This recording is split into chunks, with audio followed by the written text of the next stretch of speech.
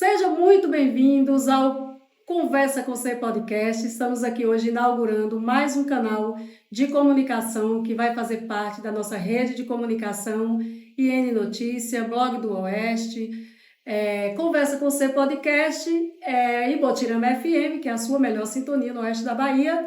E hoje estamos marcando um dia muito especial, a nossa inauguração, né? Cada detalhe, cada ouvinte, cada telespectador, você que está sempre aí nos apoiando, está sempre nos ouvindo, gratidão a Deus por esse dia muito especial, por esse momento, e com certeza você merece o melhor, merece ficar antenados, o melhor da notícia, notícia de credibilidade, um jornalismo ético, muito entretenimento, muita diversão, muita notícia boa.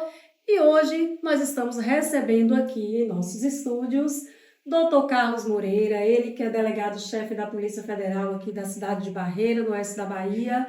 Que honra nossa, privilégio muito grande recebê-lo aqui. Dr. Carlos, seja muito bem-vindo aos nossos microfones. Eu que agradeço aí aos seus ouvintes. Estamos preparados aí para esse bate-papo. Eu gosto muito de começar as entrevistas perguntando sobre a vida pessoal, né? Então, eu já li o seu gigante currículo e vi que o senhor é formado pela UFBA em Direito. Eu gostaria que o senhor falasse para a gente como foi a escolha de integrar essa instituição que é tão respeitada em nosso país, que é a Polícia Federal. É bastante curiosa até a minha entrada na Polícia Federal, porque para ser delegado, né, o meu cargo, precisa ser bacharel em Direito. E eu já tinha uma outra formação antes de fazer o curso de Direito na UFBA. Eu já era formado em Engenharia, imagina, pela UFBA também. E comecei a trabalhar na área, não me dei muito bem em Engenharia Elétrica. E aí fui para a área de concursos. E nessa área de concursos eu entrei no Estado, na Secretaria da Fazenda do Estado da Bahia. Durante 10 anos eu fui auditor fiscal do Estado. E nesse período foi que eu entrei no curso de Direito. Eu comecei a gostar da área jurídica. Você estuda também um pouco para o concurso. E aí resolvi prestar o vestibular, passei e me formei em Direito. Quando me formei em Direito, o primeiro concurso que veio foi logo esse da Polícia Federal. Eu fiz, passei, estava ainda em dúvida realmente se queria ou se iria tentar mais para magistratura ou Ministério Público, e resolvi fazer o curso em Brasília, né, que a gente passa 4 meses na Academia de Polícia em Brasília. E realmente lá foi que eu me encantei. Nossa. E isso eu já tinha 35 mais, né, não vou falar a idade exata. Para não se entregar, né? Porque agora eu estou completando 20 anos na polícia, então eu já tinha ali a faixa dos 30 a mais, vou botar 30 a mais também. Então, você imagina, agora os rapazes e mulheres mais novos que chegam às vezes na academia com 20 e poucos anos, né, 20 anos, como eu já vi, até porque você pode fazer aquele curso de tecnólogo, porque no caso, o delegado precisa ser bacharel em Direito. Agente, escrivão, papiloscopista não precisa para ser qualquer nível superior. Então, muitas vezes eles fazem aquele curso de tecnólogo, como eu encontrei um esses dias em Salvador. Ele tinha já uns 2 anos na polícia e tinha 20 anos, 22 anos. Né? Então, incrível, você imagina, né, como esse jovem ele se encanta realmente, porque a Polícia Federal realmente é uma instituição muito boa, ela goza de uma boa credibilidade perante a população, não por... realmente é por merecimento, né? O alto grau dos seus quadros, é um concurso difícil, né? Então precisa realmente de um preparo, bastante tempo estudando para o concurso, e isso se reflete no trabalho de excelência que a Polícia Federal presta e que a sociedade reconhece. Muito bem, doutor Carlos Moreira, gente, já tem 20 anos, mais de 2 décadas aí nessa instituição que é a Polícia Federal, que faz um trabalho gigante, espetacular em todo o Brasil, né, em toda, nesse combate ao crime, combate a tudo que é de irregular, né, que acontece no país. Eu gostaria também que o senhor falasse, porque nós tivemos com o senhor aqui 2 momentos em Barreiras, né? Primeiro, 2013, 2009, 2013. Sim. Eu gostaria que o senhor falasse um pouco para a gente como foi sua primeira passagem aqui na cidade, na capital do Oeste? Então, a primeira vez que eu vim em Barreiras foi em 2009. Eu era lotado nessa época, eu tomei posse em 2006, eu era lotado em Juazeiro. E como Barreiras não tinha uma unidade da Polícia Federal, os inquéritos daqui da região, né, dos crimes federais aqui da região, eram tocados em Salvador, na superintendência que fica em Salvador. Então a superintendência resolveu, até para a melhor instrução dos inquéritos, para que você pudesse fazer as diligências aqui de campo e as próprias intradeportivas, né? Porque naquela época não tínhamos ainda essa tecnologia da teleconferência, né? De fazer a distância por esses aplicativos que diminui hoje essa distância, né? Facilita o trabalho. Então, naquela época, precisava ter uma unidade aqui. Como ainda não tinha condições de colocar uma delegacia, foi colocado um posto da Polícia Federal. Então, eu vim inaugurar o primeiro posto da Polícia Federal no ano de 2009, e quero até aproveitar a oportunidade aqui para agradecer todas as gestões municipais, todos os prefeitos, sempre nos apoiaram, né? Sempre parceria, né? Que é sempre fizeram essa parceria com a Polícia Federal e a gente sempre teve o apoio das gestões municipais, tanto do Executivo, principalmente, que você lida mais, mas também do Legislativo. Então foi a primeira vez em 2009. Fiquei aqui pouco tempo, só vim realmente implantar o posto, fiquei só uns 2 meses. E esse posto ele funcionou cerca de 2 anos, depois ele foi descontinuado por essa própria carência de efetivo também, de você mandar uma equipe. E ele foi reaberto em final de 2013. E eu vim novamente e fiquei aqui cerca de 1 ano e meio, entre 2013 e 2015 eu vim novamente. Foi a época em que nós conseguimos, através de um termo de cooperação com o Ministério Público do Trabalho, conseguimos uma verba para comprar a que veio se tornar a delegacia, comprar o imóvel, era uma casa que veio se tornar a sede da então Delegacia de Polícia, que foi inaugurada em 2017.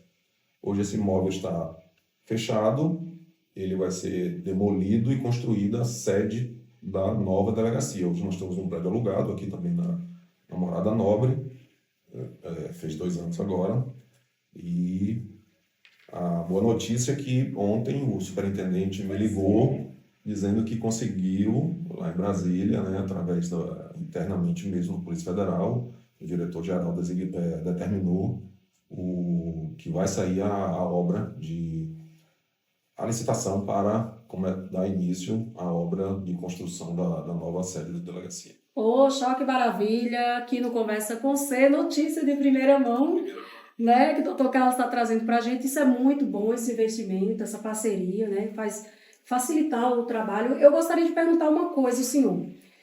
O senhor, como delegado, vem para a cidade de Barreiras. O senhor tem a liberdade de escolher a sua equipe? Como funciona esse trâmite? Como a delegacia ela é uma unidade aqui, a gente chama... a Polícia Federal ela é dividida mais ou menos dessa forma, a grosso modo. Você tem em Brasília a direção-geral, as diretorias, e nos estados, em cada estado e o próprio Distrito Federal, você tem as superintendências regionais, né? Dentro das superintendências regionais, que é uma estrutura um pouco maior, você tem as chamadas delegacias especializadas. Então, você tem a delegacia de repressão a entorpecentes, você tem a delegacia de repressão a crimes previdenciários. São chamadas delegacias especializadas, que funcionam lá, não sei se você conhece, em Salvador, fica ali em Água de Meninos, né? Teve uma reforma há pouco tempo, está muito bonito lá também o prédio. E no interior, nós temos as chamadas delegacias descentralizadas. Então, aqui no interior, nós temos, hoje na Bahia, nós temos 6 delegacias. As mais antigas são Ilhéus e Juazeiro. Depois veio a Vitória da Conquista, Barreiras, Porto Seguro. Na verdade, as 3 mais antigas são Ilhéus, Juazeiro e Porto Seguro. Sim. Depois nasceu a de Vitória da Conquista, depois nasceu a de Barreiras, em 2017, e recentemente, há cerca de 3 meses, foi inaugurada a delegacia de Feira de Santana, que é uma cidade muito grande, que já merecia uma delegacia. Então, hoje nós temos 6 delegacias descentralizadas. E como é que funciona aqui? Aqui a gente tem uma equipe infelizmente, reduzida. Sim. E a gente brinca que a gente faz clínica geral, porque como você não tem delegados suficientes para especializar, para fazer essa especialização, a gente faz clínica geral. Então, a gente lida normalmente com todos os tipos de crimes que são da competência, que a Polícia Federal e a Polícia Judiciária da União. Então, seriam os crimes de competência federal, né?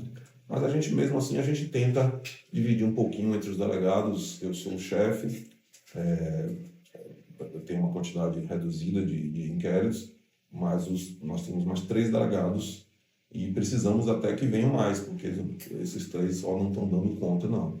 E aí a gente tem os escrivães. Já vamos aproveitar e pedir, né? Já começamos bem, que já veio a autorização para a construção da sede, agora...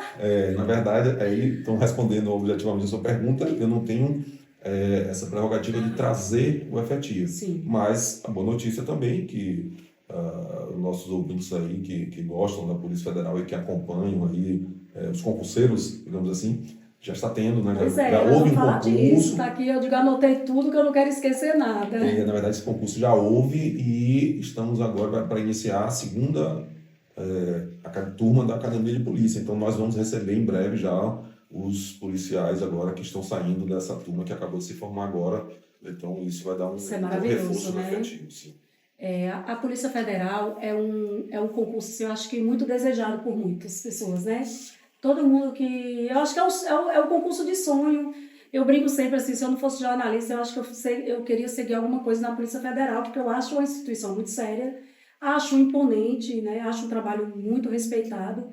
E, aproveitando, eu gostaria de perguntar ao senhor, de todas as operações que o senhor já liderou, que são muitas, né, que aconteceram, alguma delas, assim, marcou o seu momento, a sua vida, alguma coisa que o senhor lembra, assim, diz, não, eu gostei disso, foi uma coisa que me deixou satisfeito ainda mais com a carreira que eu escolhi? Eu não diria que existe, assim, uma operação, né? Eu trabalhei em Juazeiro e lá a gente lidava muito, eu trabalhei lá de 2006 a 2012, a gente lidava muito com tráfico de drogas também, né? Além desses crimes federais que eu me referi aqui, de desvio de verba pública, com recursos federais, né, que envolvem recursos federais, os crimes previdenciários, os crimes tributários. A gente lidava muito também com o tráfico de entorpecentes lá, porque na região tem aquele chamado polígono da maconha, né? Sim. Então, eu já participei também, na linha de frente, já fui para operações de erradicação de roça de maconha, né? Então, assim, você se veste daquela forma toda. Inclusive aconteceu uma aqui recente, né? Botirama, no Canto de São Francisco. Botirama, eu soube, nós não chegamos a participar, mas às vezes o pessoal de Juazeiro vem até aqui, Xique-Xique também, aquela região ali, tem muitos também. Xique-Xique eu já tinha ido numa operação lá também. Mas hoje um crime que a Polícia Federal tem se destacado e que eu já fiz algumas operações e que realmente dá uma satisfação muito grande, não, obviamente, pelo crime em si, que é um crime considerado, inclusive, hediondo, que é o crime de combate ao abuso sexual infanto-juvenil. Né? Que teve uma operação, inclusive, aqui, né? Isso, a gente costuma fazer. A Bahia, hoje, recebi também um relatório de que a Bahia está com nota 10 nesse quesito. Nós estamos fazendo muitas operações, não só Barreiras, como todas as delegacias, e também existe uma delegacia especializada em Salvador, dentro desse contexto que eu falei, porque é o crime que são as pessoas que a gente sempre fala, choca muito, indignação.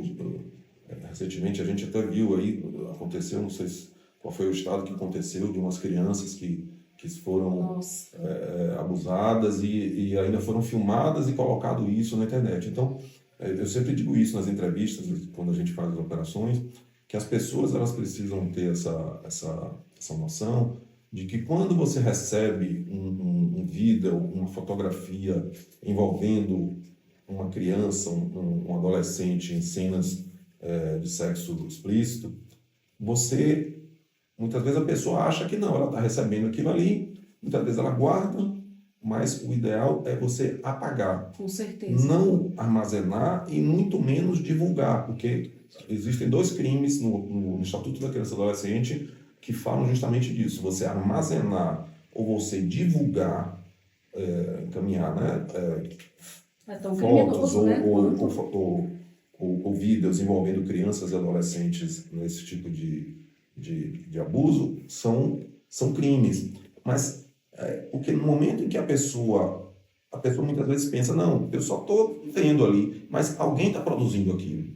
Por isso, inclusive, que a doutrina ainda está no Estatuto da Criança e próprio no jargão policial mesmo se fala muito em pornografia infantil. Mas esse é um termo que hoje é considerado inadequado por esses organismos internacionais, porque a pornografia infantil pressupõe que a criança ou adolescente, ele que está produzindo ou que ele está participando espontaneamente, quando não é verdade, né? Então, o termo técnico correto hoje em dia é abuso sexual infantil, porque aquelas crianças estão sendo abusadas. Né? E quem divulga isso é tão criminoso quanto, Sim, né? sim. Eu busco muito, gosto muito também sou assistente social, e eu gosto muito de buscar essas campanhas junto ao Ministério Público, de combate, né? Mostrando que você tem filho, você tem um sobrinho, você tem um parente. Então, aquilo que a gente não quer pra gente, a gente também não faz com a vida das pessoas. Então, é inadmissível, né, num momento como esse, na sociedade que vivemos, na atualidade, você conseguir admitir que existe, né, um tipo de coisa desse. Mas, infelizmente... A Polícia Federal ela está atuando bastante porque quando envolve a internet, né? Que alguém pode perguntar por que a Polícia Federal? Na verdade, a Polícia Civil também combate isso aí, mas Sim. A Federal entra quando, e que a maioria dos casos, ele que é divulgado pela internet, porque o Brasil, isso faz parte de um acordo internacional, né? Um tratado internacional que é o Brasil signatário e isso aí é competência da Justiça Federal e, consequentemente, atribuição nossa. Perfeito. Eu gostaria de saber qual é o impacto da burocracia, como o senhor trabalha na questão de lidar com os recursos. Que a gente sabe que muitas vezes tem essas dificuldades, né? Que a gente está num país que não tem jeito para não lidar com essa parte burocrática, né? Não, é muito boa a sua pergunta, porque a nossa conversa inicial justamente envolve assim um certo glamour, muitas vezes, né? O jovem, ele olha a Polícia Federal, aquelas operações que a gente pode mais para frente até detalhar mais como ocorre uma operação, mas aquilo ali é apenas digamos assim, uma foto de um filme, né? Uma investigação, ela tem todo um trâmite e que no momento daquela operação, que não é o final da investigação, ela pode ser muitas vezes no início, mas normalmente é no meio ali da investigação, em que você deflagra aquela operação e que a gente vai paramentado ali com aquela roupa preta, né, que chama atenção ali, que é imponente e que é bonito. Mas a maioria do trabalho não está ali. Ali é como eu disse, ali é uma pequena partezinha do trabalho, é uma foto. O filme da investigação ele é bastante longo, bastante complexo e bastante burocrático, como você falou. Hoje a gente não tem mais o papel, porque quando eu entrei, e até cerca de uns 6 anos, 7 anos atrás, o inquérito era físico mesmo, era em papel, né? Então a gente lidava com papel, com carimbo ali, o escrivão carimbava, a gente fazia no Word, botava ali a folha ficava aqueles blocos de aqueles cadernos ali, a gente até... Um termo jurídico do inquérito, né? Chama caderno investigativo, né? O inquérito também ele recebe esse nome de caderno investigativo. Hoje, obviamente, não é mais dessa forma, o inquérito ele é digitalizado, é tudo online, nós temos um sistema de polícia judiciária, tudo online, mas não deixa de ser burocrático, né? Porque o inquérito ele é formal, ele não pode ser você pegar e juntar as peças lá todas em PDF, não, ele tem uma sequência lógica, ele é tudo, você não pode ir lá e tirar um documento sem que aquilo fique registrado, até para evitar, digamos assim, coisas erradas, né? Então, trabalho sério, né? E ele é fiscalizado pelo Ministério Público, né? Hoje ainda não está ligado com o sistema da Justiça, mas a gente carrega no sistema da Justiça, o Ministério Público, a Justiça acompanha o trâmite do inquérito, requisita também diligências. É toda uma sintonia. Respondendo a sua pergunta, não deixa de ser um pouco burocrático e e dá Mas, muito trabalho, né? gente, Por isso que às vezes as pessoas não entendem porque o inquérito demora muito, mas porque tem todo esse trabalho que é feito, então tem todas as análises, tem todas as perícias que você, às vezes você tem que esperar, e isso mistura com o efetivo baixo que nós temos, né? Só para falar em Barreiras, nós temos aqui 49 municípios. Fica parecendo que a delegacia é só Barreiras, em é Botirama, verdade. não. São 49 Eu ia perguntar isso. Quantos municípios municípios está na em que sua nós temos aqui divisa com Tocantins, Goiás, Minas Gerais, qual é outro estado? Tem uma pontinha que pega quase para o Maranhão, Tocantins, Piauí, né? Piauí, Então, as nossas Goiás? cidades Isso. aqui, desses 49, fazem divisa com 4 estados. O que dificulta mais ainda, né? Pois é, então a gente Que tem acaba. muito tráfico de drogas, muito contrabando, descaminho, né? Porque a região aqui ela é quase uma rota de passagem, né? Exatamente. Para isso aí. Às vezes até a facilidade, né, desse trânsito. Eu gostaria de perguntar ao senhor, né, olhando todo esse trabalho que vocês têm desenvolvido, qual a mudança que o senhor gostaria que houvesse na instituição? Bom, como eu disse, a Polícia Federal realmente é uma instituição muito séria, até pela própria pressão da sociedade, por ela ter eu costumo dizer que, na verdade, a Polícia Federal ela tem a parte boa de gozar desse prestígio junto à população, mas ela tem a parte ruim, porque a população acha também que a gente pode resolver tudo, e aí a gente muitas vezes recebe, hoje até A menos. cobrança acaba É sendo maior, isso, a né? gente recebe até menos as pessoas, que hoje a gente tem um canal, eu posso até falar aqui também, né, que é o Sim, canal, se chama Comunica PF. Não sei as letrinhas lá, mas se você botar no no buscador Google, lá, Comunica PF, você abre uma página em que você pode informar um crime que você tenha que conhecimento. legal Você pode isso. até anexar documentos, né? Você pode Sim, fazer a denúncia, colocar seu nome, e-mail, telefone, como você pode fazer também de forma muito bom. anônima. Então isso vai para o chefe da delegacia, que é esse que vos fala, e eu vou analisar aquilo ali para saber se aquilo ali realmente tem fundamento, se a gente vai Faz colocar aquilo adiante, se sentido. faz sentido, ou se a gente vai arquivar, porque muitas vezes realmente tem coisas que não fazem o menor sentido, ou complemente aqui essas informações, porque ficaram muito rasas, né? Faltam muitos elementos, mas quando a pessoa não se identifica, é anônimo, a gente infelizmente tem que arquivar, porque aquilo ali são fatos muitas vezes desconexos, ou enfim. Sim. Mas me perdi Acontece. na sua pergunta. Não, eu perguntei sobre a questão das pessoas, né? A comunicação. O senhor falou, eu queria que o senhor repetisse. Depois nós vamos colocar o link, né? O Comunica PF. Comunica PF, vai ficar registrado aqui. Vamos lá. Qual é o papel de um delegado em operações internacionais ou contra lavagem de dinheiro?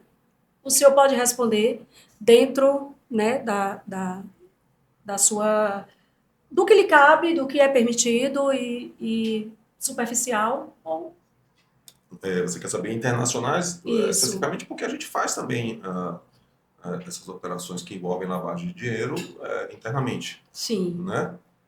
Bom, o papel do delegado, de uma forma geral, ele é o presidente da investigação. Então, é o delegado que vai instaurar o inquérito mediante uma portaria ou mediante uma prisão em flagrante, como há 2 dias atrás eu fiz, de um cidadão que estava comprando moeda falsa nos Correios. Então, meu o Deus do inquérito céu. também ele é inaugurado pela prisão em flagrante de algum cidadão ou cidadã.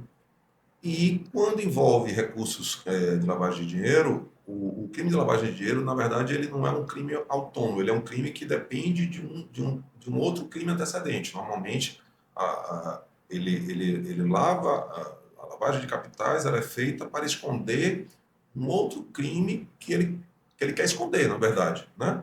Então, quer seja o tráfico de drogas, quer seja o desvio de recursos públicos, então ele vai fazer alguma forma de tornar aquele dinheiro, que aquele dinheiro se torne lícito.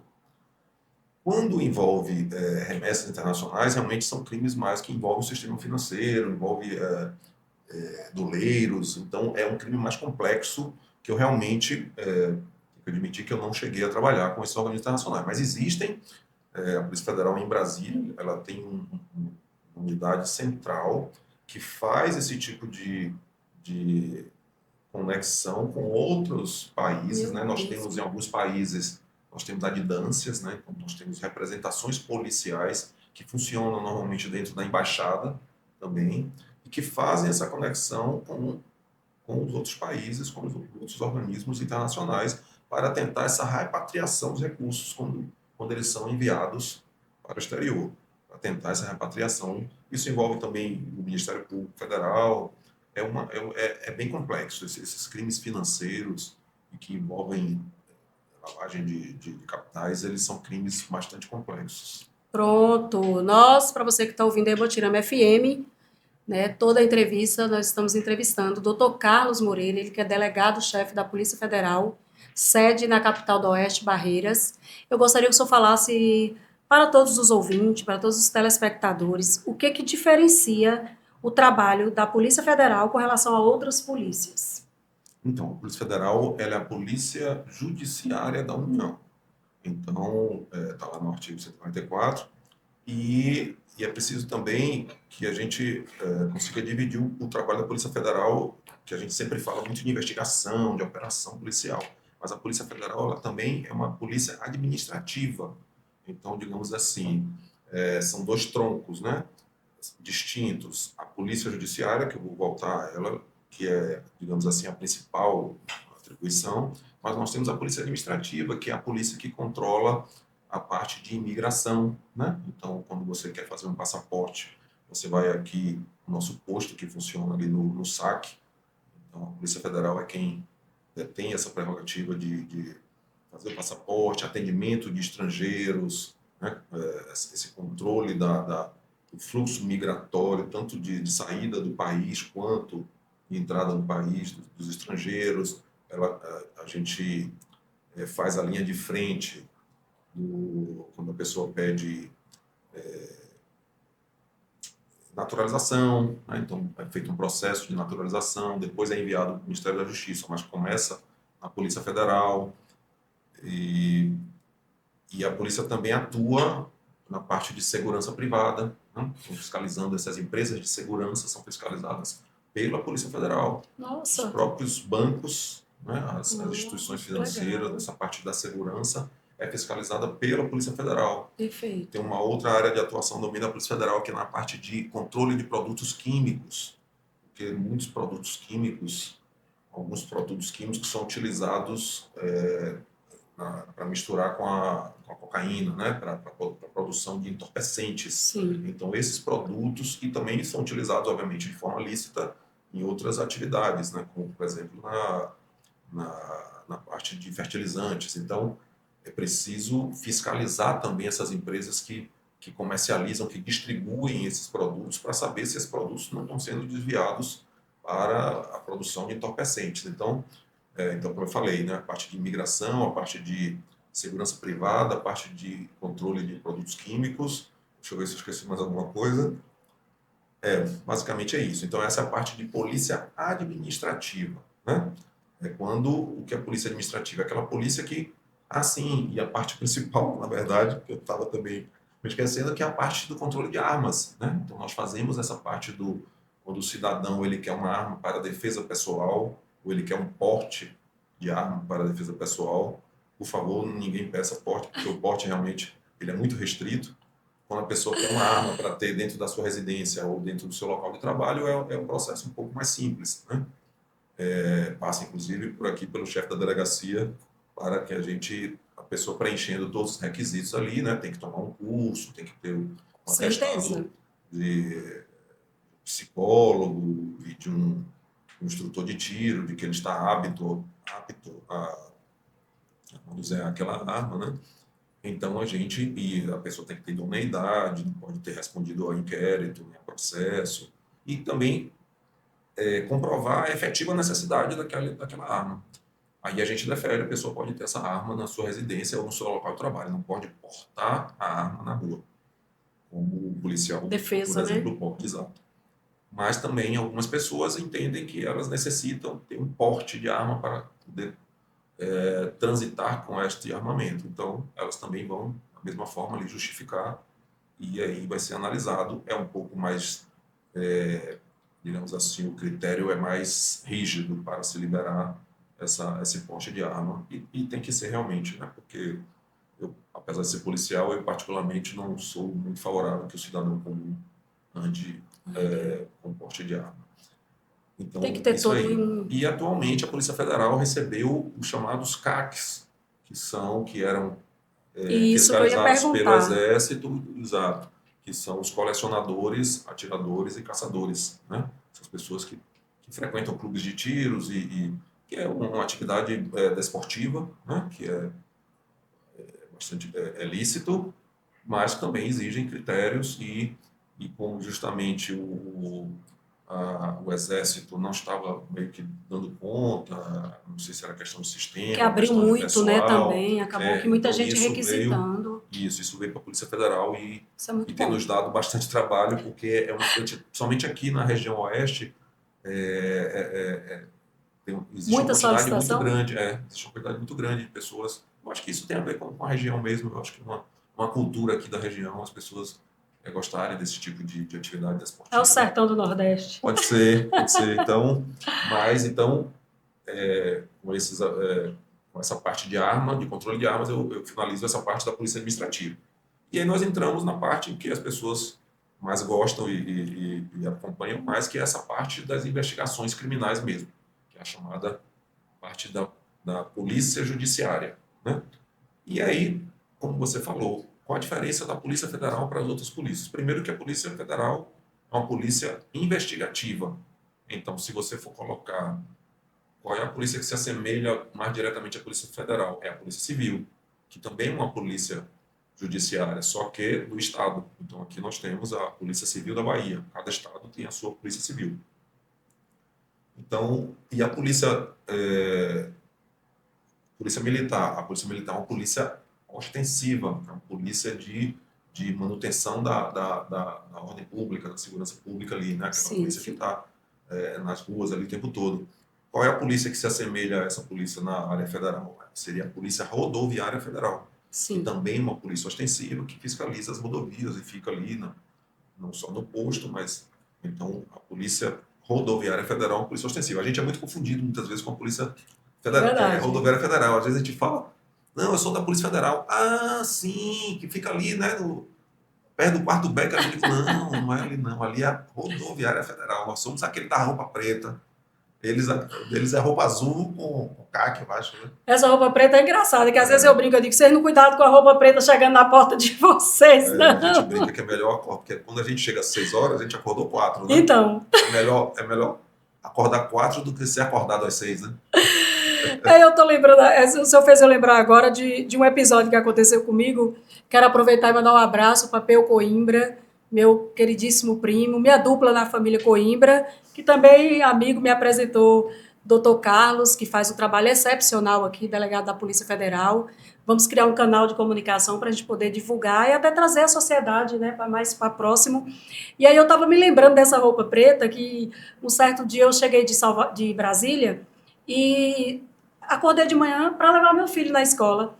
E aí, quando eu saí na porta, que Peu estava junto, um monte de carro preto e tal, e aquele... Eu falei, meu Deus, o que foi que eu fiz que a Polícia Federal está na minha porta? Aí, na verdade, foi o vice-governador, né, que veio, aí tem um monte de segurança, um bocado de carro. Eu falei, gente, vocês não me matam do coração 7 horas da manhã, não. Mas, assim, de alguma forma, a Polícia Federal faz um trabalho muito bom, é uma instituição respeitada, né? É claro que tem parceria. Eu gostaria que o senhor falasse um pouco para a gente, assim, voltando para nós. Claro que não é uma realidade muito do Oeste, é menos, né, que a região metropolitana, de Salvador, que o sul da Bahia. Como que a Polícia Federal lida com a quantidade de violência?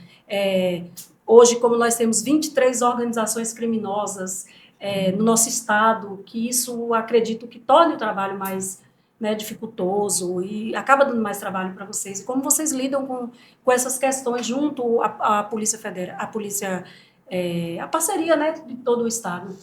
Sim, isso é importante sua pergunta. Hoje, realmente, a Polícia Federal, ela dentro do sistema da segurança pública, ela também atua muito no combate às organizações criminosas, né, que você se referiu aí. Dentro da nossa estrutura, a gente tem basicamente duas delegacias que cuidam disso, que são a DRE, a sigla é DRE, Delegacia de Repressão a Entorpecentes, que a gente chama de DELEPAT, que é a Delegacia de Repressão de Crimes contra o Patrimônio, né, que envolve roubo a banco, roubo de carga, essa parte aí. E, recentemente, foi criada uma estrutura dentro ela não é uma estrutura da Polícia Federal, mas a Polícia Federal participa, que são chamadas FICOS.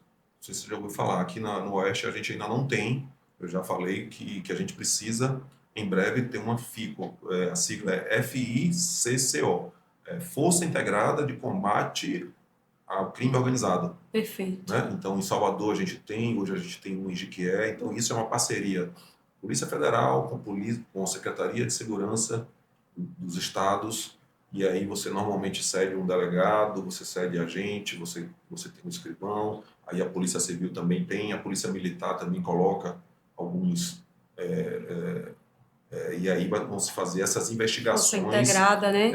Se ajudando. De forma integrada, né? Sim. Muito baseada na inteligência, porque hoje, sim, realmente, você só combate o crime organizado de duas formas. Investindo muito nessa parte de inteligência e para que você faça operações para atacar o patrimônio, a parte realmente descapitalizar essas organizações. Não adianta você simplesmente, há muito tempo que a Polícia Federal ela visa justamente a descapitalização do crime organizado. Porque senão enxuga gelo, né? Não adianta você simplesmente ir lá e prender. Sim. Porque muitas vezes até de dentro Sem do dúvida. complexo penitenciário ele pode comandar, digamos assim, né? Mas é você descapitalizar. Então, hoje a Polícia Federal ela trabalha muito também nessa parte de combate às organizações criminosas dessa forma. Certo. Eu vejo muito esse trabalho hoje da Polícia Federal com outras instituições, mas eu vejo muito próximo da sociedade. Eu gostaria que o senhor falasse como as formas de trazer a sociedade mais para perto, para contribuir para que esse trabalho se desenvolva ainda mais e melhore cada vez mais. Só complementando a pergunta anterior, hoje a gente tem uma demanda, ontem eu participei de uma reunião, a gente tem uma demanda muito forte hoje a gente tem um chamado grupo de capturas. Sim. Porque a gente vê aí, recentemente, o Código Penal, ele teve algumas penas de alguns crimes que foram exasperadas, foram aumentadas as penas. Aí é quase uma unanimidade entre os juristas de que você simplesmente aumentar a pena de um crime, a pessoa não vai, o criminoso não vai deixar de cometer aquele crime, porque a pena era 5 anos, passou a ser 8, ou que era 15, passou a ser 20. Você tem que realmente dar efetividade o roubo de celular, se não me engano, eu acho que até aumentou agora também a pena. Quer dizer, será que vai diminuir o roubo de celular simplesmente porque aumentou a pena? Não.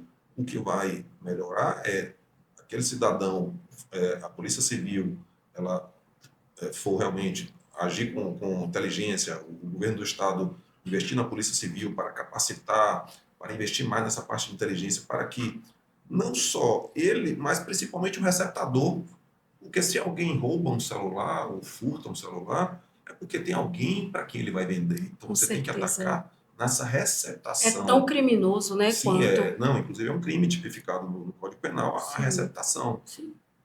Porque ele vai pegar aquele celular e vai revender. Então você tem que atacar nessa parte, entendeu?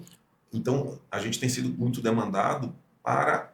E aí você, muitas vezes, essas pessoas são julgadas e o juiz ali expede um mandado de prisão, só que você não localiza essa pessoa para ser presa. Então hoje a gente tem sido muito demandado para capturar realmente essas pessoas, né? Ontem a gente precisa... E aí você pode selecionar os crimes. E ontem a gente recebeu nessa reunião, principalmente os crimes de homicídio. Então, aqueles que são procurados por crimes de homicídio, esses terão realmente prioridade, não só da Polícia Federal, como das outras polícias, para serem capturados, porque são crimes que atentam contra os direitos humanos, né? Contra a própria vida das pessoas. São crimes...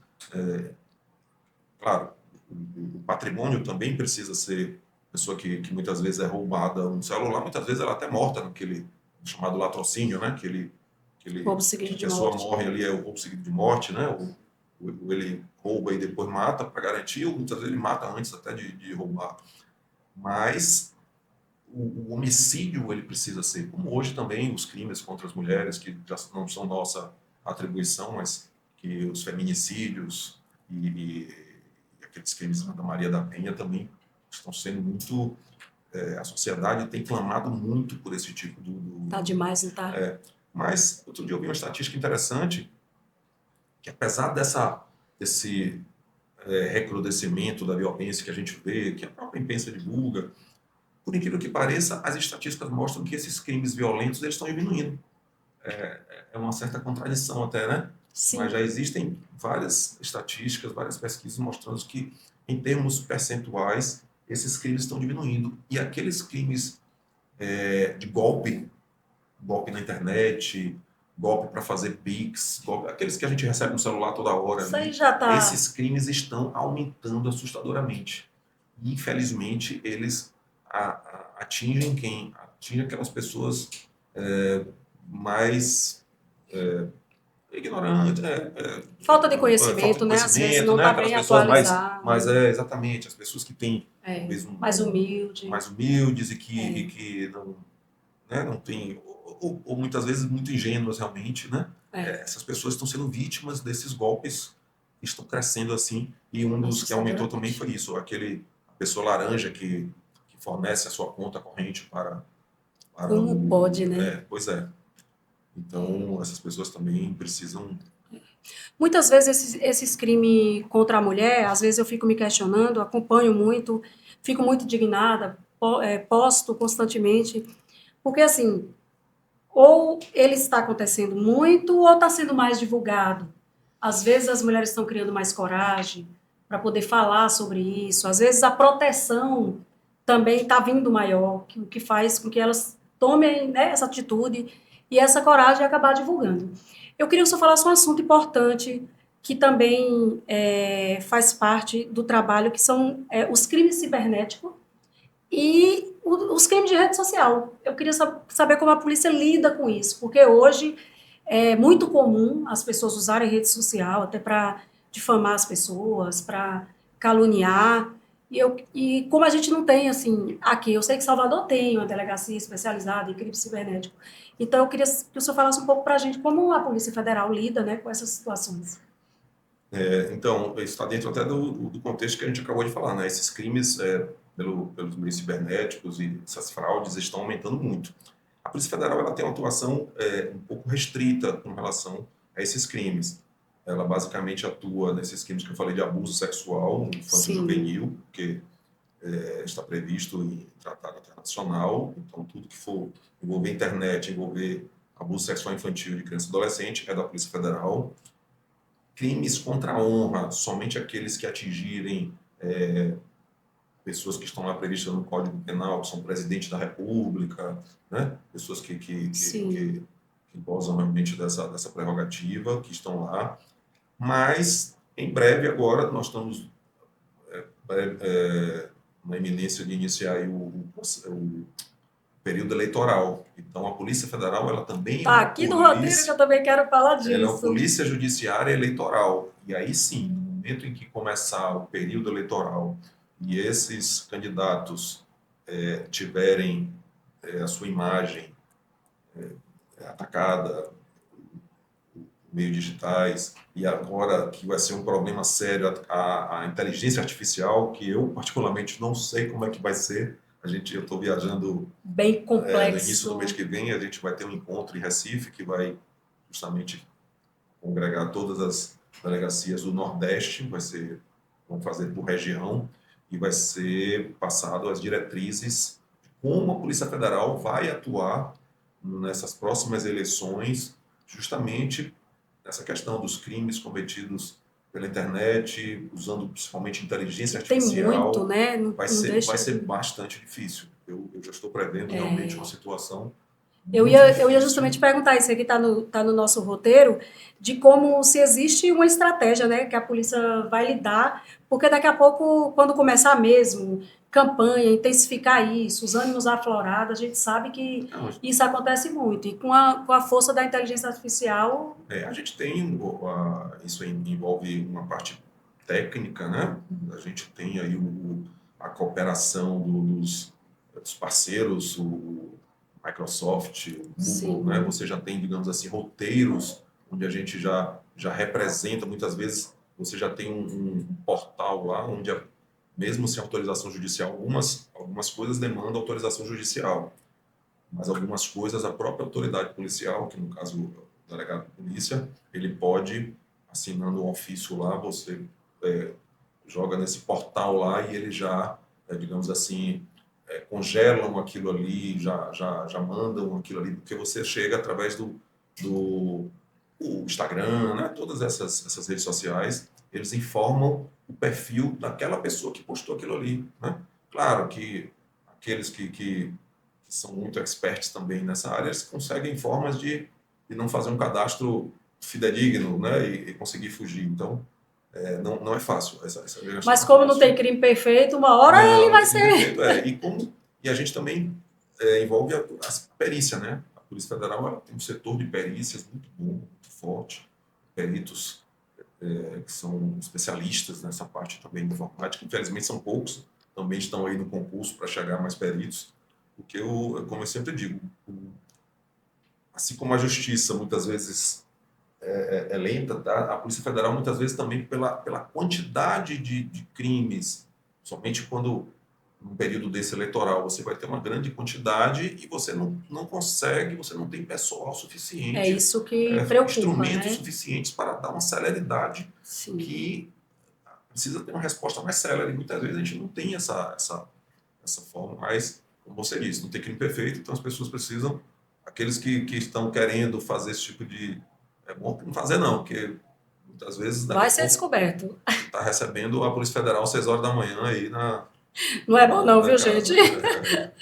Eu gostaria que o senhor falasse quais são os maiores obstáculos enfrentados, né, no combate ao crime organizado no Oeste Baiano, como grupo de extorsão, de milícias. Então, a gente aqui tem conhecimento da existência, inclusive, de algumas. Eu não gosto de usar muito esse termo, não, mas as facções, né? E a gente tem tido ainda uma atuação.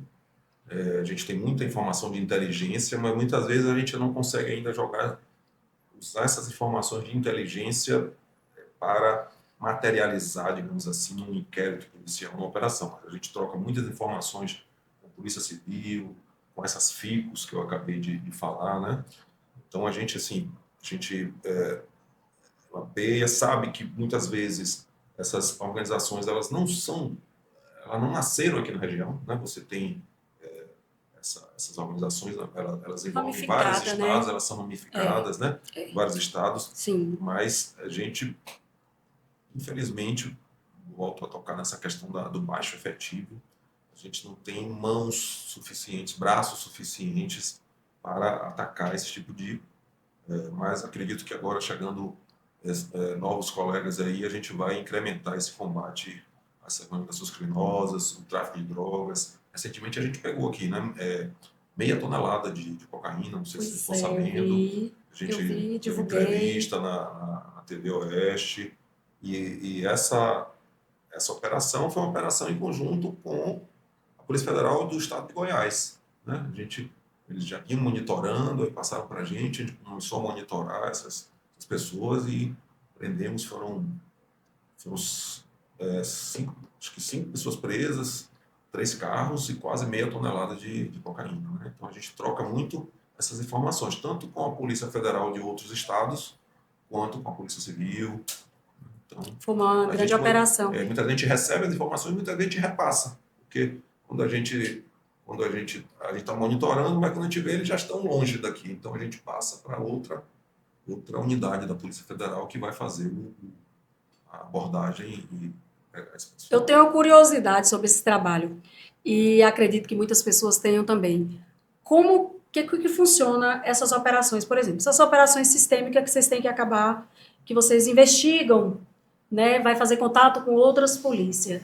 Como é que funciona? Porque, assim, é um segredo tão bem guardado que ninguém descobre, que só descobre quando acontece na televisão. Aí, pá! A gente chama de compartimentação. Realmente, as operações na Polícia Federal, elas têm todo um protocolo de compartimentação. É uma cultura mesmo, né? Então, por exemplo, eu sou o chefe da delegacia, mas eu não tenho detalhes da investigação, muitas vezes, que um colega está fazendo. A gente aqui presta muito apoio. Como Barreiras ela fica aqui no extremo oeste, digamos assim, e fica longe de tudo, né? Eu costumo brincar que eu adoro Barreiras. O único problema para mim de Barreiras é que fica longe de Salvador, e eu sou de Salvador também, então eu tá sempre em Salvador, A viver como e eu, o morando na aeroporto estrada. e a nossa malha viária, por enquanto, não está ajudando muito. Verdade. Eu espero que em Isso breve vai melhorar, com tenhamos fé uma em malha Deus, viária viu? com fé em Deus. Precisa. Pois é. Então, assim, muitas vezes nós somos demandados para dar apoio a operações de outras delegacias, tanto da Bahia quanto de fora da Bahia. A gente só fica sabendo no dia anterior. A gente não fica sabendo antes. E a gente Olha também não isso. pergunta, porque a gente já sabe, por exemplo, eu sou convocado, desde esse tempo que eu estou aqui em Barreiras, na chefia, eu já fui convocado também, mesmo sendo chefe, eu dou para a linha de frente também, e fui convocado para Juazeiro, para algumas operações lá em Juazeiro. Está faltando gente, aí, olha, e aí dá para você ir também? Não, vou. E aí viajo. Eu trabalhei lá, conheço os colegas de lá, mas eu não pergunto, porque a gente não pergunta essas coisas. Ah, como é que é a Então já é investigação? habitual no Já é, convívio já de é, vocês, já é uma né? coisa da compartimentação. Então a gente Sim, vai ficar sabendo perfeito. no dia anterior, normalmente se faz um briefing, né, que a gente faz, Sim. muitas vezes até online, e aí é onde você vai receber a documentação. Todas E as tem orientações. algumas que você recebe somente no dia mesmo, para evitar, porque muitas vezes não é intencional, claro. Aquele servidor que intencionalmente ele repassar uma informação sigilosa para quem não deve saber, ele responde por violação de sigilo funcional. É um crime previsto ali. Mas muitas vezes não é intencional. Muitas vezes a pessoa é casada e diz para o parente, os parentes da esposa, olha, eu estou indo aí para a operação. Já houve casos da pessoa ir para uma cidadezinha Nossa, pequena eu e ia dizer, perguntar olha, isso, já aconteceu estou indo alguma para vez? aí, viu? Vou ficar na sua casa aí, que amanhã vai ter uma operação aí. Aí o pessoal despertou e a operação era justamente que envolvia prefeito, Caramba! envolvia vereador, envolvia. Pronto, o pessoal ficou Ainda mais sabendo. esse quando é público, né? Que chama a Pois atenção da é, então, sociedade. isso aí, hoje, a gente, inclusive, é divertido. Olha, uma operação sensível, uma operação que envolve prefeito, envolve pessoas que realmente são muito conhecidas na cidade. Então, muitas vezes a gente vai com carros descaracterizados para não chamar atenção. Muitas vezes a gente não fica hospedado na cidade onde vai ter, a gente fica hospedado numa cidade vizinha, entendeu? Então, Sim, para não despertar, né? justamente, então a gente tem esse cuidado para não colocar todo o trabalho em risco, porque, como eu falei, a deflagração da operação é apenas uma parte da investigação. Quando é que se deflagra uma operação? Você vai investigando. Então, normalmente são crimes que estão em andamento. Aqueles crimes que estão. Já houve toda uma investigação Porque aquele crime que atrás. já aconteceu e já se exauriu ali, aquele crime ali, não, você apenas vai investigar, você vai reunir provas da materialidade e da autoria. O que é materialidade? A existência do crime, aqueles elementos que vão mostrar que aquele crime aconteceu e quem são os possíveis autores. Você vai fazer as oitivas, vai indiciar, não vai indiciar, vai relatar aquele inquérito lá para o Ministério Público. Mas aquele crime foi um crime que aconteceu no passado.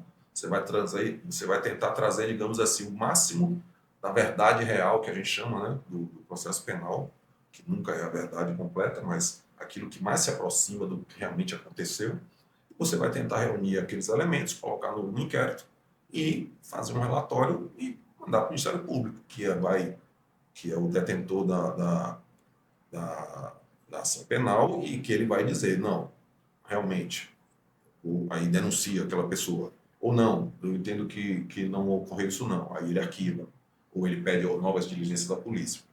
Mas quando você tem crimes, né, que estão realmente acontecendo, que a pessoa cometeu há 2 anos, mas ela continua cometendo. Vamos supor um desvio de verba pública, né? Sim. Continua aquela organização ali criando novas empresas e fazendo fraudes e licitações. Então, você precisa, pelos meios normais de investigação, que são o quê? Documentos, oitivas, muitas vezes você não consegue reunir os elementos. Então, você precisa o quê? Você precisa ir na casa da pessoa, você precisa pegar o celular daquela pessoa, Sim. você precisa pegar o notebook daquela pessoa, né? Você tem informações de que aquela pessoa está recebendo dinheiro em espécie para poder não passar pelo sistema financeiro. Então, ela está recebendo a propina, digamos assim, em dinheiro vivo. Então, você sabe que tem dinheiro na casa daquela pessoa. Então, você pede ao juiz uma busca e apreensão,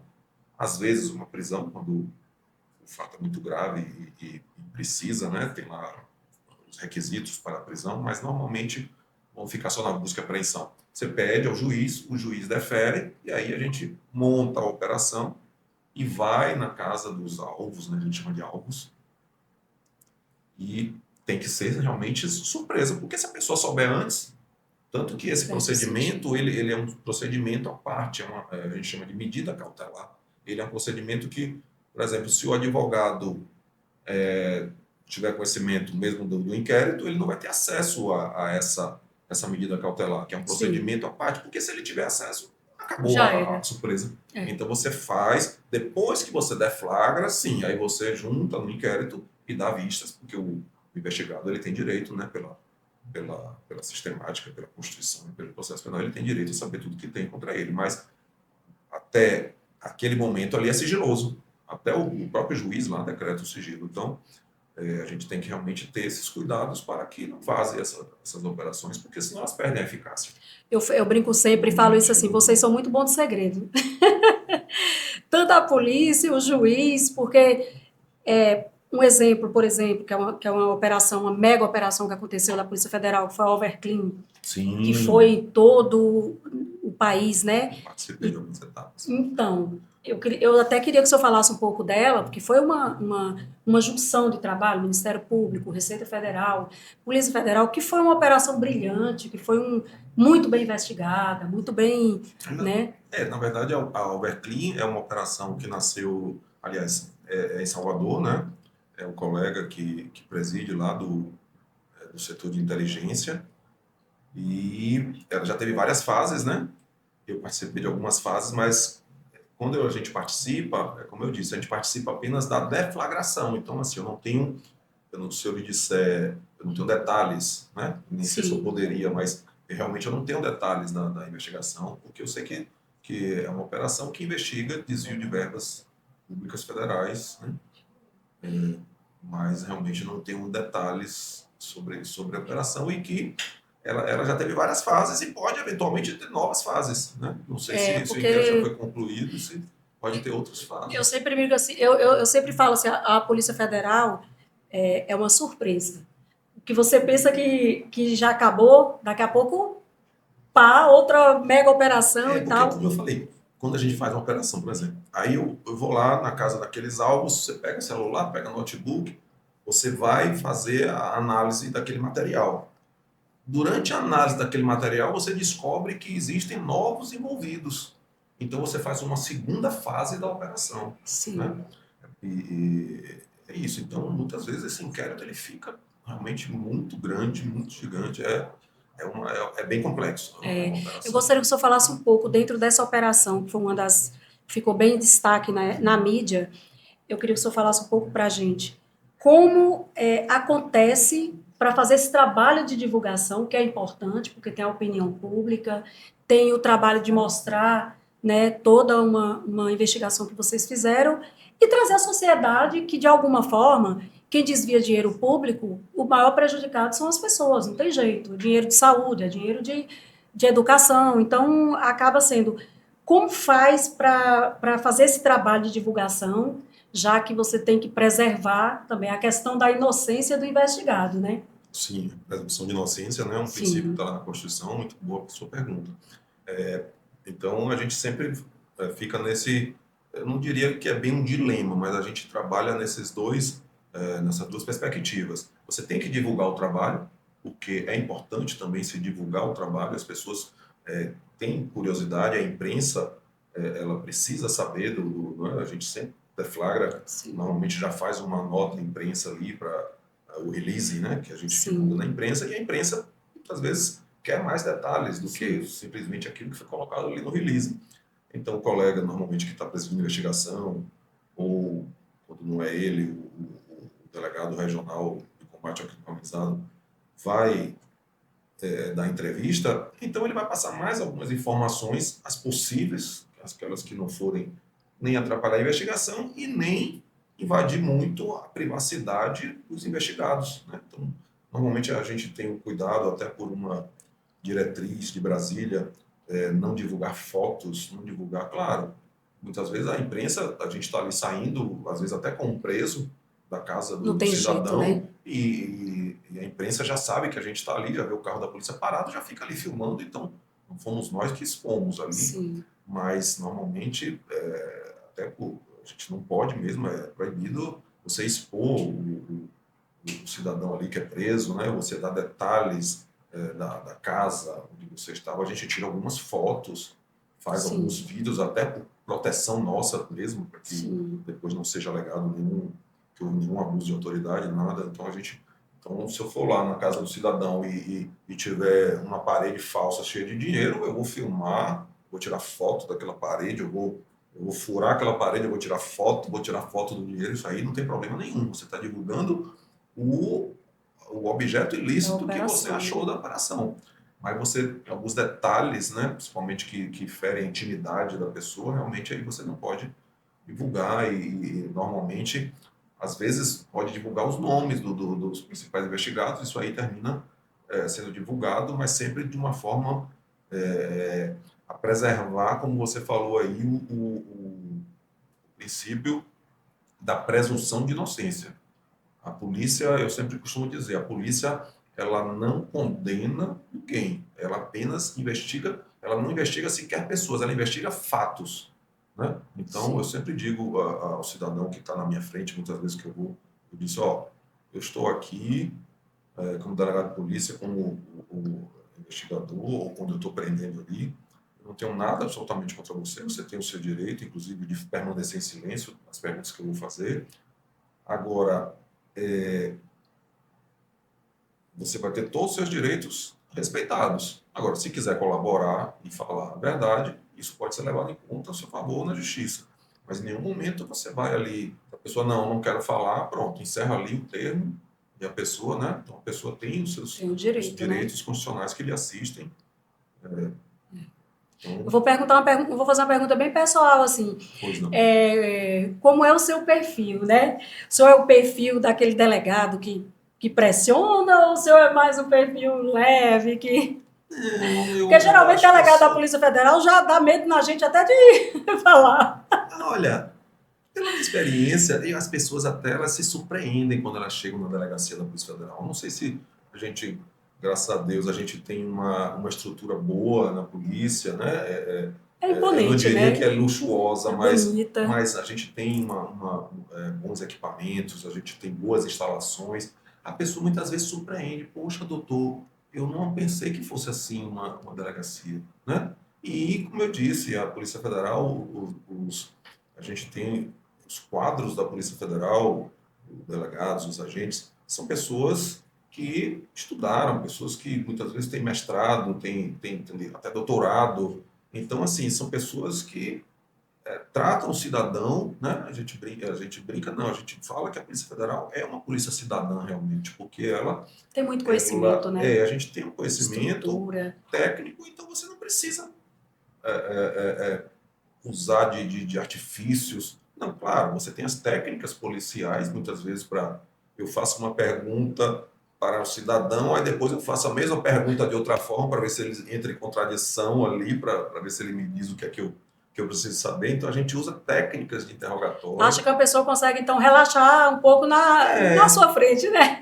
E também, claro, você vai dar eu brinco dizendo que a gente vai dar de acordo com o freguês, né? O tratamento é de acordo com o freguês. É óbvio que quando eu vou ouvir uma testemunha, eu não vou colocar nada que ela não diga ali, mas obviamente eu vou tratar muito bem aquela testemunha, porque eu quero que ela me ajude na investigação. Tanto que a testemunha, ela não pode mentir, ela tem que falar a verdade daquilo que ela souber e for perguntar. Se não souber, diga, ó, doutor, não sei. Mas ela não pode mentir nem inventar. A testemunha. Já o investigado, né, aquela pessoa que tem o direito, então a testemunha, ela não pode não falar. Não, eu não quero, eu tenho o direito de ficar em silêncio. Não, testemunha não tem o direito de ficar em silêncio. Testemunha tem que falar daquilo que souber. Ela pode dizer, não sei. Não sei. Não vi, não me lembro, tudo bem. Mas ela não pode mentir ou exercer direito ao silêncio. Já o investigado, sim, desde a fase do inquérito e também lá na justiça, ele tem o direito a ficar em silêncio. E o seu direito vai ser respeitado. E aquele silêncio também não pode ser interpretado contra ele. Então, a Polícia Federal, assim, a gente não costuma realmente agir dentro da lei, dentro do que preceitua as leis e a Constituição. Por isso que eu sempre falo, quando a Polícia Federal chega, não tem que, gente, não tem discussão, aconteceu e acabou. Eu brinco, quando eu sempre brinco o seguinte, o cidadão que ele é investigado pela Polícia Federal, ele tem o ônus e o bônus. Qual é o bônus? O bônus é que ele vai ter os seus direitos respeitados, né? Nós vamos agir de Sim. acordo com a lei, com a Constituição, mesmo porque a gente preserva o nosso emprego, né? Ninguém quer perder o emprego por um abuso de autoridade, por uma coisa. Mas ele tem o ônus. Qual é o ônus? Quando eu vou na casa do cidadão, quando eu chamo ele para ser ouvido lá na delegacia, é porque eu já tenho muitas provas contra ele. Ou não, mas normalmente ele vai para ali para me dizer alguma coisa que normalmente eu já sei. Ou se ele não quiser dizer, mas eu já sei. Mas você tem que ouvir de qualquer forma o investigado, né? Mas principalmente nas operações. Quando a gente vai na casa do cidadão, já tem muitas provas, senão o juiz até não daria a busca. Eu peço a busca para complementar com outras provas. Então eu vou lá ver se tem um documento que eu estou querendo achar na casa dele, se tem uma agenda em que ele botou lá a distribuição dos valores da propina, do crime lá, do tráfico de drogas. Eu vou para pegar o celular dele, para poder, mesmo ele não fornecendo a senha, os nossos peritos muitas vezes conseguem quebrar as senhas, né, para poder ver lá as conversas do WhatsApp, enfim, tudo que tiver lá, pede quebra de nuvem, pede várias coisas. Mas você já tem muitas provas.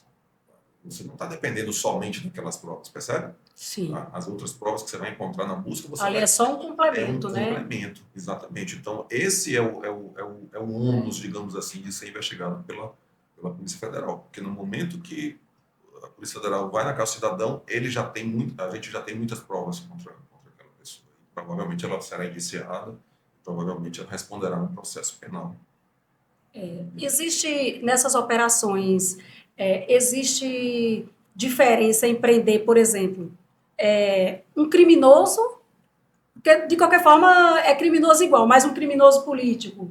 Existe uma diferença de operação, em estratégia de saber lidar, porque acaba sendo pessoa pública, ou não tem muita diferença? Não, dentro do que a gente falou aqui, a gente sempre tenta preservar a imagem, né? E, obviamente, se tratando de mesmo um ex, né? Um ex-prefeito, um ex-deputado, um ex... A gente sempre tem aquela deferência, né? Em razão do cargo, mas normalmente não existe uma diferença muito assim. A gente trata todo cidadão com os direitos que ele possui. O que muitas vezes muda a forma de abordagem, por exemplo, eu vou na casa do cidadão que é suspeito de estar envolvido com desvio de verbas, com licitações fraudadas, lavagem de dinheiro. A gente sabe que aquele cidadão ali normalmente não é um cidadão violento, né? Sim. Então você vai entrar na casa, claro, uma abordagem diferente. Né? Você vai entrar, a gente sempre entra primeiro preservando a segurança da equipe, e a segurança, então, a forma de entrada não é normalmente a entrada forçada. Você toca, você bate, quando é num prédio, você avisa ao porteiro que vai subir, ele não interfona, chega lá, bate, a polícia, aí depois, não abrir, aí fala com o porteiro aí para interfonar, dizer que é a polícia que está aqui na porta. Você dá uma certa tempo, mas ele não pode demorar de abrir, porque senão ele pode pegar o celular e jogar fora, jogar pela janela, como já aconteceu muitas vezes. Agora, é diferente, por exemplo, você vai na casa de um traficante de drogas, um faccionado, uma pessoa que é envolvida em homicídio, que já teve passagem já foi preso anteriormente por crimes violentos, por homicídio. Então, você já vai entrar, muitas vezes a gente vai, inclusive, com grupo tático, né? Então, aqueles colegas que você vê que ele não usam nem a roupa preta, eles usam outro tipo de, de, de roupa, né? Que é chamado grupo tático. Nós temos o COT em Brasília, que é o Comando de Operações Táticas, e nós temos nos estados o chamado GPI, Grupo de Pronta Intervenção. Aqui, por exemplo, a gente tem 2 colegas que são do GPI, que é concentrado em Salvador, mas eles ficam aqui também quando precisa. Então, eles vão para Salvador e aqui, quando precisa, também eles atuam. Eles têm, digamos assim, um preparo um pouco melhor do que os policiais. Nós temos, obviamente, todos temos um preparo. Sim. Temos esse preparo na academia e treinamos constantemente estamos fazendo treinamento de tiro, né, para poder você praticar ali as normas também de segurança e para estar realmente treinado, mas esses colegas eles têm, digamos assim, um treinamento um pouco mais avançado nessa parte para lidar com crimes mais violentos, com assalto a banco, com essa coisa que requer um preparo maior e que, consequentemente, vai envolver um risco maior, né? Sim. Não sei se você se recorda que não sei se foi 3 ou 4 anos, nós tivemos um colega que foi vitimado em Salvador justamente numa operação contra uma facção e ele veio a Muito óbito, triste. né? Porque, então, assim, é um risco da profissão, né? Mas é um risco calculado, é um risco minimizado, porque a gente realmente privilegia muito, a gente se preocupa muito com a questão da segurança dos nossos policiais. Toda vez que a gente faz a operação, que tem lá, a gente sabe os alvos, esse alvo aqui não tem histórico, já conhece, né? mas todo mundo vai preparado, porque muitas vezes não tem histórico, mas pode ter uma arma ilegal lá. Mas, pode ir de peito aberto. O cidadão, mesmo que ele esteja respondendo por um crime, normalmente ele não é uma pessoa violenta, né? Sim. E quando chega a Polícia Federal, e às vezes tem mandado de prisão, então você vai prender uma pessoa, vão no mínimo 4, a equipe nossa mínima são 4 pessoas. Se a pessoa, se o alvo for perigoso, não vão 4, vão 6, vão 8. Então a gente está sempre numa superioridade numérica, com o elemento surpresa, dependendo muitas vezes, como eu disse, vai o grupo tático, né? Eles usam até muitas vezes, ou aquele arrombador, muitas vezes até explosivo, para abrir a entrada, para entrar de uma forma mais rápida, né? E tem todas as técnicas lá de abordagem para que minimize o risco, tanto para os policiais quanto para o próprio investigado, porque no momento em que você não chega com preparo, você não chega com uma demonstração de força, isso pode muitas vezes permitir com que ele ache que possa revidar a polícia. No momento que ele revida, ele pode sofrer as consequências de estar tentando revidar contra a polícia, e aí muitas vezes como a gente vê aí nos noticiários, que muitas vezes reagiu à abordagem policial e terminou vindo a óbito, né? Sendo a polícia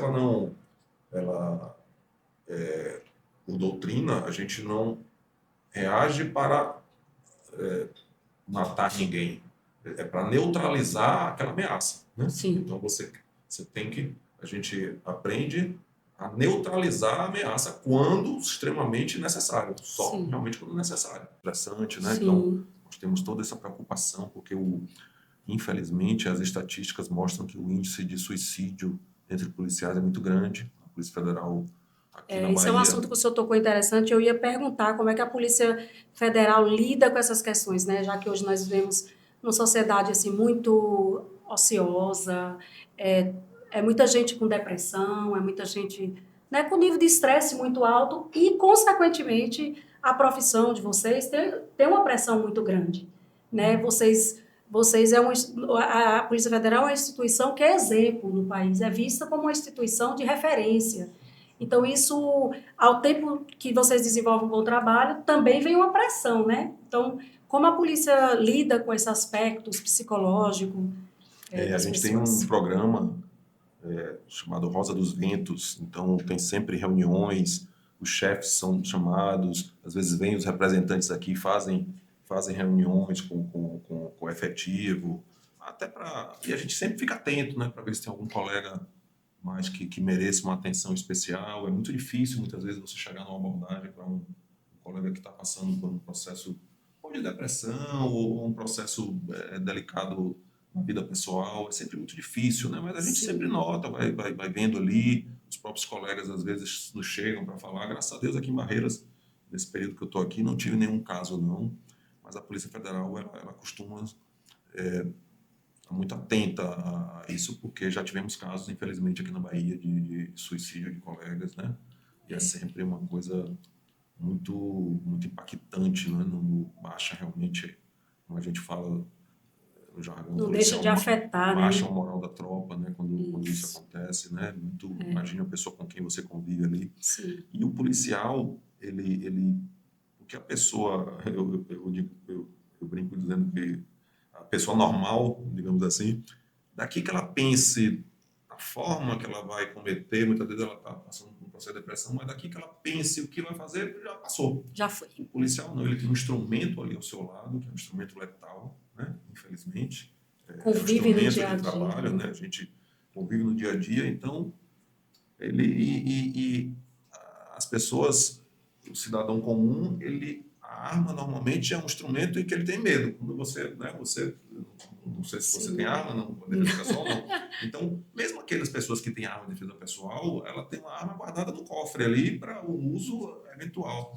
Então, normalmente uma arma é uma coisa que desperta um medo na maioria das pessoas. No policial, não. Faz parte da indumentária do policial, né? Sim. Então, não é uma coisa que mete medo, mas é uma coisa letal. Né? E que no momento Uma convivência muito próxima, né? No momento de desespero, no momento adequado ali, a pessoa termina cometendo o ato extremo, né? Infelizmente, né? Não tem jeito, todas as instituições acontecem, né? Não seria diferente. Eu acho que existe um grande momento no mundo antes e depois dessa pandemia. Infelizmente, é uma realidade que todo mundo tem que aprender a conviver e faz parte. Nós agora vamos falar de um assunto muito importante também, que os jovens querem saber, sobre o anúncio de 1.000 vagas para a Polícia Federal, foi feito essa semana pelo presidente, né, pelo Ministério da Justiça, e salários de mais de R$21 mil, mais gratificações. Eu acho que isso é uma coisa que acaba atraindo as pessoas para esse... conta pra gente aí como é essa vivência boa aí, desse salário bom, dessas gratificações, eu também quero saber. Não, a Polícia Federal, graças a Deus, eu acho que em relação às outras polícias, ela tem um salário bom. Existem, para o cargo de delegado, né? Isso eu posso dizer porque eu também acompanho as discussões classistas. Nós temos uma associação de delegados, assim como os agentes também têm a associação deles lá. Em relação ao cargo de delegado, existem outras polícias civis, né? Quando eu falo polícias civis, né? Que são as polícias judiciárias dos estados, que ganham mais do que o delegado federal. O delegado federal, ele está posicionado ali, nós estamos 27, né? Unidades da federação, digamos assim que a Polícia Federal seja a 28ª. Então ele está ali posicionado mais ou menos na metade, 14º, 15º ali. Já os nossos agentes, os nossos escrivães, eu diria que eles têm um salário que estaria mais bem posicionado em relação, digamos, aos agentes da Polícia Civil, digamos assim, por exemplo, daqui da Bahia. Então é um concurso atrativo, sim, desse ponto de vista, né? A gente precisa pagar boleto, todo mundo precisa pagar boleto, então nada melhor... A gente vive de pagar boleto, eu não sei o senhor, mas... Com certeza, eu pago muitos boletos. Agora os boletos já vêm na conta, você abre o aplicativo do banco, já está o boleto lá, né? Boleto DDA. DDA, exatamente. Então, boleto que não acaba mais, somente no início do mês, final e início do mês. Então, nada melhor do que você trabalhar numa instituição boa, numa instituição séria, fazendo aquilo que você gosta e você ser bem remunerado por isso. Sobre o concurso que você falou especificamente, a notícia não é tão alvissareira assim, porque, na verdade, essas 1.000 vagas que foram anunciadas é do concurso que já está em andamento. É do concurso que já está em andamento. Então, essas 1.000 vagas, digamos assim, vão ser os Vai ser excedentes. chamados. O concurso inicialmente previa 1.000 vagas e o governo federal autorizou chamar mais 1.000 deste concurso. Então, ainda não é um novo Entendi. certame, percebeu? Oh, Então, assim, infelizmente, os nossos ouvintes não vão gostar tanto assim, dessa parte, porque, então, mas nós que já estamos na corporação, fica para feliz nós de alguma forma, né? ficamos E também felizes porque vamos reforçar o efetivo. quem está para ser chamado vai ficar super feliz, né? Mas não se preocupem que está sempre tendo Anunciando. muitas aposentadorias, apesar do salário ser bom, mas, por exemplo, no cargo de delegado, que é o meu, existem outras carreiras jurídicas mais atrativas, como o Ministério Público, como a magistratura, como os próprios advogados da União. Então, infelizmente, hoje a Polícia Federal, para o cargo de delegado, outros cargos também, porque todos são nível superior. Então, recentemente nós tivemos um agente e um escrivão que passaram naquele concurso nacional unificado e foram ser auditores fiscais do trabalho, que paga mais do que os agentes, né? Do que o cargo de agente. Mas, voltando à questão dos delegados, que o delegado é uma carreira jurídica, porque é privativo de bacharel em Direito. Sim. Então, ele, diante de outras carreiras jurídicas, diante do aparato, digamos assim, da percepção criminal, que nós estamos inseridos dentro dessa percepção criminal, juízes, promotores, defensores públicos e, de outro lado, os advogados da União, eles ganham realmente muito mais do que o delegado. Então, hoje, infelizmente, existe uma evasão grande do cargo de delegado em torno de 30% a 40%, já ouvi falar até de 40%.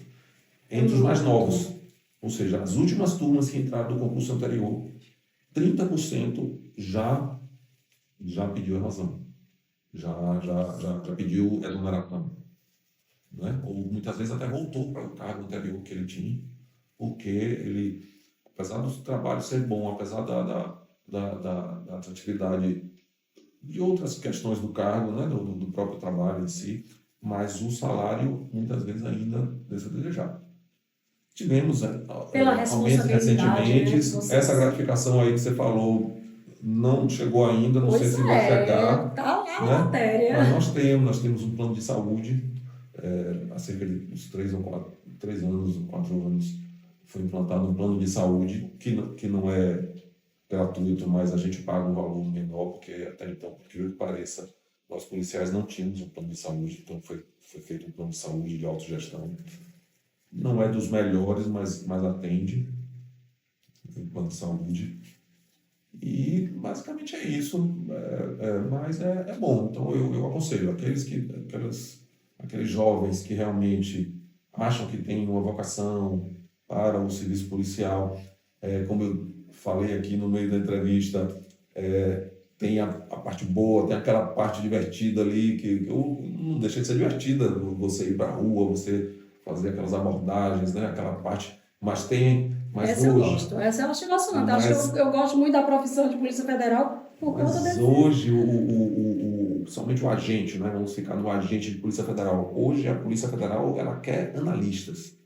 Ela forma, desde o concurso, o concurso já é direcionado para selecionar pessoas dedicadas em fazer análises. E hoje, principalmente de materiais de informática. Porque hoje acabou praticamente o papel, né? Sim. Então hoje a gente vai aprender o celular, né? Isso aqui é o que tem de informação aqui dentro, Nossa não Senhora. só aqui dentro, mas como na nuvem. Tudo. Né? Então o policial ele vai se dedicar a analisar aquilo ali, o que é que aquilo ali vai demonstrar que tem provas contra aquela pessoa, ou muitas vezes até provas que corroboram a inocência daquela pessoa. Né? Então a gente, a Polícia Federal, como eu disse, a polícia, como eu disse, a gente não julga e nem a gente vai reunir elementos. Muitas vezes você vai pegar elementos no inquérito que vão ser usados pela defesa, percebe? Sim. Da pessoa. Então, a gente não vai pegar. E aquilo que for particular não é mexido. Aquilo que for da intimidade da pessoa, aquilo ali fica guardado lá nos sistemas lá. Mantém essa integridade, né? Dados, mas aquilo ali não é de nenhuma forma... Teve uns vazamentos recentes aí, mas com certeza não foi na Polícia Federal, porque a Polícia Federal ela é muito rigorosa a gente chama da cadeia de custódia da prova e, principalmente quando se refere a questões particulares, isso realmente eu diria que é quase impossível de haver um vazamento de fotos, vídeos privados, questões particulares, isso aí não, de forma nenhuma vai acontecer. Para o senhor que fez um curso há mais de 2 décadas atrás, como o senhor avalia hoje? É muito mais fácil passar no concurso hoje? Foi mais fácil no passado? Eu diria que cada época, na minha época, como você falou, realmente meu concurso, eu vou fazer 20 anos na polícia, meu concurso foi em 2004, concurso, então mais de 2 décadas. Sim. A gente tinha menos informação, digamos assim, do que as pessoas hoje, né? Hoje você tem uma gama de cursinhos preparatórios muito bons online, né? Quando eu fiz... Própria informação, né? Quando eu fiz era mais difícil, você tinha um material mais restrito, mas os concursos, normalmente são difíceis. Às vezes é difícil a pessoa passar de primeira, assim, precisa ter uma dedicação ali de 2, 3 anos estudando, né? Sim. Qual conselho o senhor daria ao jovem que está estudando? Porque tem pessoas que estudam muito, né? Está aí buscando, e com certeza a carreira de Polícia Federal é um dos mais requisitados. Qual conselho o senhor daria? A gente tem aqui um programa de estágios também, né? Hoje nós temos 6 estagiários. Que legal. Já tivemos, desde que eu cheguei, já saíram 3. Trabalhei em Juazeiro também, lá tive estagiários também, e muitos deles decidem querer fazer o concurso da polícia. Eu digo, olha, realmente se dedicar, estudar. Precisa ser bacharel em Direito para poder... Para o cargo de delegado, sim. Não para integrar no estágio? Sim. Hoje vamos selecionar agora 1 ou 2 estagiários de engenharia por conta dessa obra que nós vamos começar. Então, perfeito. Eles vão nos ajudar aí nessa obra. Talvez um já resolva, mas eminentemente a gente pega mais bacharéis em Direito, estudantes de Direito para ajudar justamente os delegados nessas peças jurídicas. Sim, facilita muito, fazer relatório, fazer representações, fazer pesquisas, né? Então, normalmente a gente solicita mais. Hoje a gente tem estudantes da UFOB e tem estudantes da FASB, ou Uninassal. Uninassal, né? FASB também tem curso de Direito. Tem FASB também, né? Mas a gente só tem... Que é a Uninassal hoje, na verdade, né? Fica na saída de São Desidério. Qual é a São Desidério? É a Uninassal. Uninassal, a gente tem a da UFOB e da Uninassal. Isso é muito bom, né? Porque, assim, uma oportunidade, né? Às vezes a pessoa, eu sempre digo assim, você não tem que ir olhar para um ambiente como esse, às vezes pelo valor financeiro, mas pela oportunidade que você cria naquele ambiente, conhecer as pessoas, é um mundo diferente. E você conhecer, uma preparação, né? Até para saber se você não quer aquilo, né? Porque muitas vezes a gente oportunidade, né? A gente vai, conhece e se apaixona, ou então você diz, eu tive uma estagiária que saiu recentemente, ela disse, não, chefe, eu não quero ser policial. Aliás, tem uma que está lá atualmente, que é da UFOB, e ela disse, não, eu estou aqui porque eu quero aprender, porque eu preciso da bolsa, mas eu não quero ser policial. Ótimo, eu acho que... Eu digo, não, aí eu brinco, não, realmente, vá ser juíza, promotor, que você vai ganhar mais. Não desanimar, né? Doutor Carlos Moreira, nós, né, a nossa rede de comunicação, agradece demais pela sua disponibilidade de aceitar o nosso convite, né? Conversa com Você Podcast está estreando hoje na cidade de Barreiras. E que bom que é a sua primeira entrevista também de podcast. Eu fiquei muito feliz com isso, me sinto honrada e sou muito grata, né, ao seu tempo. Eu sei que sua agenda é muito corrida, eu sei que teve que esticar ali, esticar cá para poder a gente ajustar, mas a nossa rede de comunicação está à sua disposição, o que o senhor precisar para divulgar, para fortalecer cada vez mais esse trabalho, né, trazer a sociedade para perto, que é muito importante. E o senhor tem um espaço para fazer suas considerações e pode ficar à vontade.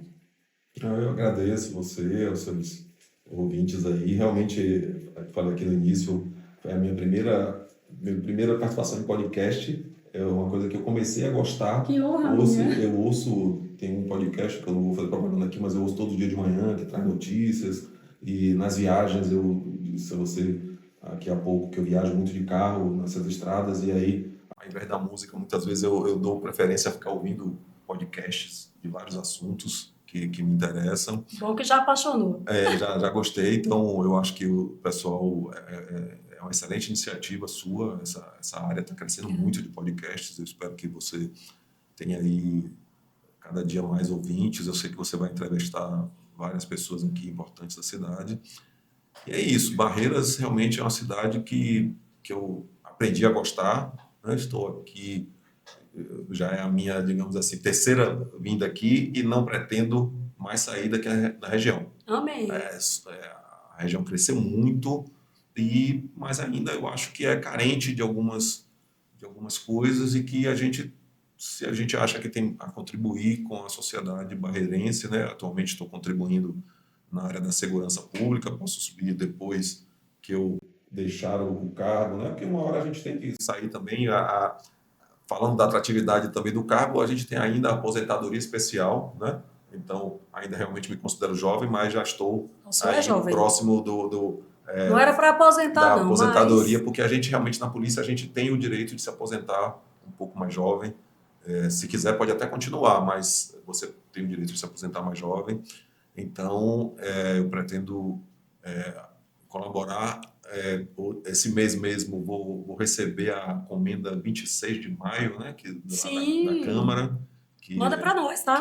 Que é uma homenagem. Nós estaremos lá. Vai estar lá, pronto. É uma homenagem que a doutora Graça, a vereadora, me participou, que vai me conceder. Já tem outro vereador que já disse que vai me indicar para receber o título de cidadão barreirense, eu acho que é... isso é ótimo. Não sei que mês é. Merece, né? Porque 2009 para cá é muito estrada. Eu fico grato, né, pelo reconhecimento, porque realmente assim, a gente tem tentado dar o melhor do nosso trabalho para contribuir com a segurança, o sistema de segurança aqui na cidade, que eu já acho que é uma cidade bastante segura, Barreiras. Eu gosto de Barreiras, acho que em comparação a Salvador, que eu sou de Salvador, não se compara, né? Mas que ainda precisa que todos nós, você na sua área, eu na minha área, a gente contribua com o progresso dessa região, não só da cidade, mas da região, porque eu acho que é isso que a sociedade espera da gente. A gente abraça, né, o desenvolvimento, o crescimento. Isso, eu acho. A gente aprende a amar. O nosso povo, a nossa sociedade merece, e eu acho que é isso que todo cidadão precisa contribuir. Com certeza. Obrigada. Ok.